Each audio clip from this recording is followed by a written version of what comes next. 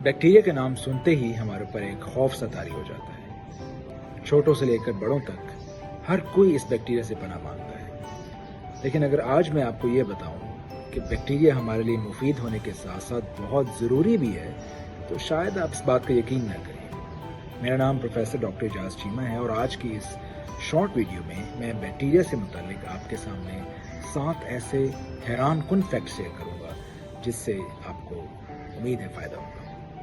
नाज़रीन, कुदरत की तरफ से हमारे जिस्म में बुरे बैक्टीरिया के साथ साथ इनसे कई ज़्यादा बड़ी तादाद उन अच्छे हेल्दी बैक्टीरिया की भी है जिनको हम प्रोबायोटिक्स के नाम से जानते हैं। नाज़रीन, प्रोबायोटिक्स उन हेल्थी या अच्छे बैक्टीरिया को कहते हैं जो कि हमारे गट यानी कि आंतड़ियों में पाए जाते हैं और ये हमारे डाइजेस्टिव सिस्टम यानी हाजमे का निज़ाम, इसके साथ साथ मेटाबॉलिक सिस्टम और इवन हत्ता के मेंटल हेल्थ के लिए भी बहुत ज़रूरी है।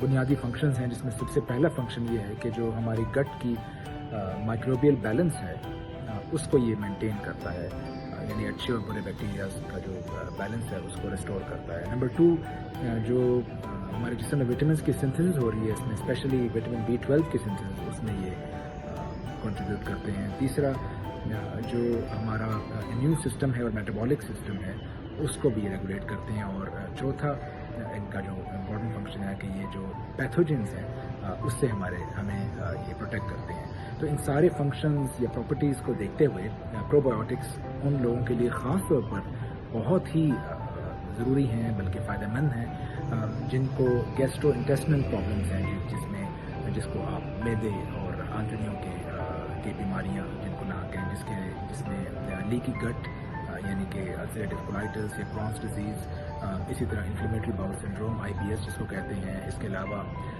जो ऐसे अफराद जो एंटीबायोटिक्स इस्तेमाल करते हैं उनको उसके बाद डायरिया हो जाता है, तो उनको प्रोबायोटिक्स से काफ़ी मदद मिलती है उनके इस्तेमाल से।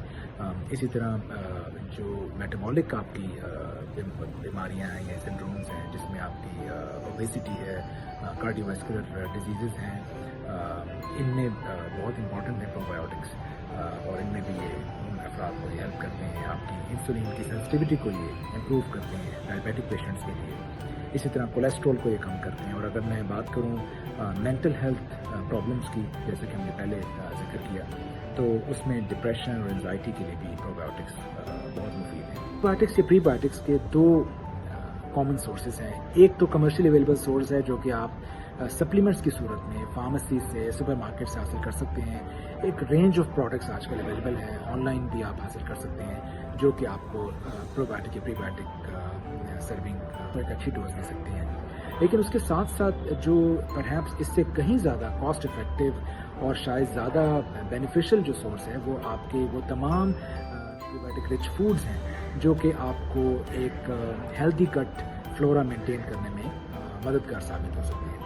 यहाँ मैं आपको बता चलूँ कि प्रीबायोटिक्स इटसेल्फ जो है वो प्रोबायोटिक्स के ही ग्रोथ में मदद देते हैं। तो अगर हम प्रोबायोटिक फूड की बात करें तो आपके सबके घरों में जो रोज़मर्रा इस्तेमाल करने वाले योगर्ट है, दही है, वो एक इटसेल्फ बहुत अच्छा सोर्स है प्रोबायोटिक का। इसी तरह अचार, पिकल्स हम इस्तेमाल करते हैं, चाहे वो गाजर का अचार हो, लहसुन का अचार हो, आंवले का अचार हो, ये सब वो सोर्सेज हैं जो कि आपको प्रोबायोटिक्स की एक अच्छी सर्विंग प्रोवाइड कर सकते हैं।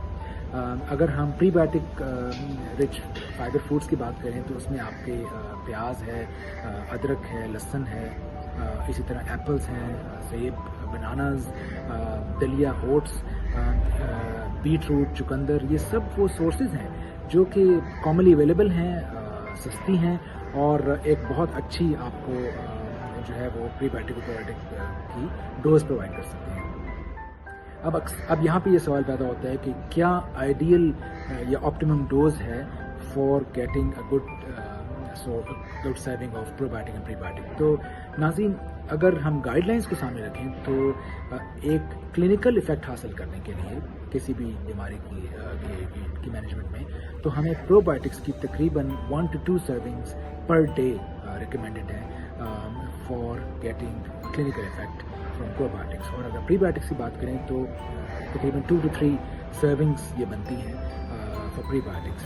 तो योगर्ट अगर आप इस्तेमाल करते हैं जो 150 या 200 ग्राम की एक सर्विंग है तो वो एक आपको अच्छी सोर्स प्रोवाइड करता है प्रोबायोटिक्स की। और अगर आप योगर्ट्स की 2 सर्विंग ले लेते हैं तो आपको तकरीबन 1 to 10 बिलियन तक CFU जो कि कॉलोनी फॉर्मिंग यूनिट्स हैं वो आपको प्रोबायोटिक्स की सूरत में हासिल हो सकते हैं। इसी तरह हम बनानास की बात करें तो 2 to 3 servings of bananas can itself give you a good source of prebiotic. और इसमें यहाँ मैं अर्ज करता चलूँ कि अगर आप प्रोबायोटिक और प्रीबायोटिक को मिक्स करके इस्तेमाल करते हैं, कॉमनली अवेलेबल योगर्ट और उसके साथ आप बनानास इसमें ऐड करते हैं, तो आपको दोनों प्रोबायोटिक्स और प्रीबायोटिक्स की एक अच्छी सर्विंग मिल सकती है। इसका क्या बेहतर टाइम है इस्तेमाल करने का, तो नाजरीन रिकमेंडेड ये है कि आप नाश्ते में या ब्रेकफास्ट के टाइम पे ये प्रोबायोटिक्स या प्रीबायोटिक्स इस्तेमाल करें, या आप मिड डे जो आपका लंच है उसमें भी आप इनको इस्तेमाल कर सकते हैं। नाज़रीन, प्रोबायोटिक्स या प्रीबायोटिक्स एक हेल्दी एडल्ट के लिए बहुत सेफ़ हैं, इसमें कोई इनके ऐसे साइड इफ़ेक्ट्स नहीं हैं और बल्कि रिकमेंडेड हैं कि आप इनको इस्तेमाल करें। लेकिन कुछ ऐसी कंडीशंस हैं उनका जिक्र करना बहुत ज़रूरी है कि उस तरह की कंडीशंस या उस तरह के पेशेंट्स जो हैं वो उनको प्रीबायोटिक या प्रोबायोटिक का इस्तेमाल नहीं करना चाहिए। इसमें प्रिडोमिनेटली ऐसे वो पेशेंट्स जिनकी इम्यूनिटी जो है वो ऑलरेडी कॉम्प्रोमाइज्ड है, जिनकी जो मदाफ़ती निज़ाम है वो कॉम्प्रोमाइज़ हुआ है फॉर सर्टेन कंडीशंस, अगर वो कीमोथेरेपी पे हैं और उससे उनको कॉम्प्लिकेशंस होने का हमेशा से डर मौजूद होता है, उनकी इम्यूनिटी कॉम्प्रोमाइज़ होती है। इसी तरह आपके मरीज़ हैं जिनको खुदा न खास्ता HIV की बीमारी है, तो ये तमाम पेशेंट्स जो हैं इनकी भी इम्यूनिटी बहुत कॉम्प्रोमाइज़ होती है, तो इन अफराद को प्रोबायोटिक या प्रीबायोटिक इस्तेमाल नहीं करने चाहिए। इस तरह वो पेशेंट्स जो ICU में हैं या ऐसे पेशेंट्स जिनका ऑर्गन ट्रांसप्लांट हुआ है, क्योंकि ऑर्गन ट्रांसप्लांट में भी नाज़रीन हम ऐसी मेडिसिन्स इस तरह के पेशेंट्स को दी जाती हैं जिनसे उनकी इम्यूनिटी को सप्रेस किया जाता है, तो इस सूरत में आपको प्रोबायोटिक इंड्यूस्ड इन्फेक्शंस होने का डर होता है, तो ये पेशेंट्स के लिए रिकमेंडेड नहीं है। और फाइनली नाज़रीन, प्रोबायोटिक और प्रीबायोटिक की हमने तो काफ़ी बातचीत कर ली, लेकिन एक बहुत इम्पॉर्टेंट टेक अवे मैसेज मैं यहाँ पे ज़रूर देना चाहूँगा कि जो हम एंटीबायोटिक्स का बेदरेक इरेशनल तरीके से हम एंटीबायोटिक्स को कॉम्बिनेशन में इस्तेमाल करते हैं और ख़ास तौर पर ब्रॉड स्पेक्ट्रम एंटीबायोटिक्स, तो इनके इस्तेमाल से हम अपनी जो हेल्दी जो गट फ्लोरा है, जो हमारे हेल्दी बैक्टीरिया हैं, गुड बैक्टीरिया हैं, उनको भी हम डिस्ट्रॉय कर रहे हैं। तो नाज़रीन, उम्मीद है कि आपको ये मालूमात मुफीद लगी होंगी। इन मालूमात को आप दूसरों तक भी पहुँचाएँ और देखते हैं प्रोग्राम। बहुत शुक्रिया।